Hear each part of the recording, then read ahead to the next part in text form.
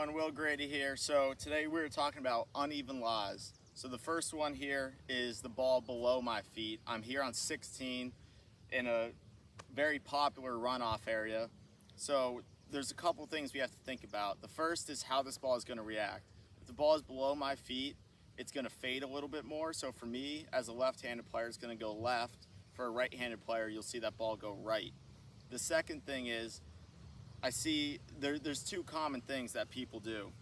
They get down in their setup and they don't stay down on it. They either come up and top it or hit it thin, or they get down in their setup and they try to go and get the ball, and that leads to fat shots. So a thought I like to have on these is I get into my setup and I make a conscious effort of where's my head here, and I try to keep it as still as I can to make sure I make clean contact. So I'm gonna get over this ball, make a note of where my head is, and just keep it there and put a good swing on it.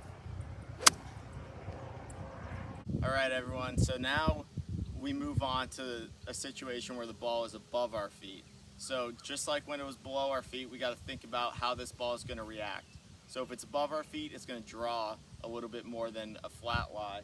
So I'm gonna aim a little bit more left, because this ball is gonna go right for me as a left-handed player. For a right-handed player, it's gonna go to your left.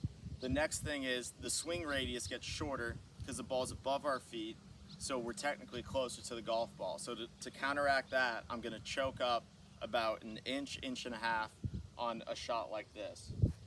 So two things, gonna choke up and then aim towards the left side of the green, and hopefully this ball will draw naturally with the lie.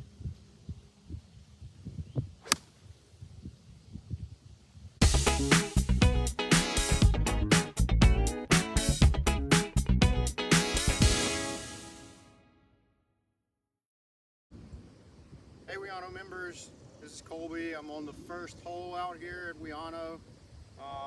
I've hit my tee ball and now I have an uphill lie to the first green. I got about 70 yards. So usually I'm gonna take my 60 degree and hit like a 3/4 shot. But on an uphill lie, I gotta make sure that my pelvis and my shoulders are even with the slope that I'm on. So if it's an uphill lie, I gotta angle my shoulders and my hips to make myself swing along the slope. That way I'm not hitting into the slope.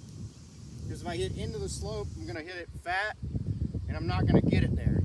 Normally on an uphill lie, I'm gonna take less loft because it's gonna go higher in the air. But on this short shot, I don't really have to do that. But this is how it's gonna work. So I'm gonna aim this there. I'm gonna tilt my shoulders and my pelvis up to even with the slope that I'm on. And then I'm gonna take a normal swing. So I got a downhill lie here on number 2 fairway. I fit my tee ball out in the fairway. I got 176 yards. So on a downhill, just like on the uphill, I gotta make sure my shoulders and my pelvis are with the slope that I'm on. And then, so from 176 yards, I would usually use an 8-iron, but I'm gonna take more loft because the golf ball is gonna come out lower. So I gotta get the golf ball in the air, so I gotta take more loft. So I'm gonna use a 9-iron.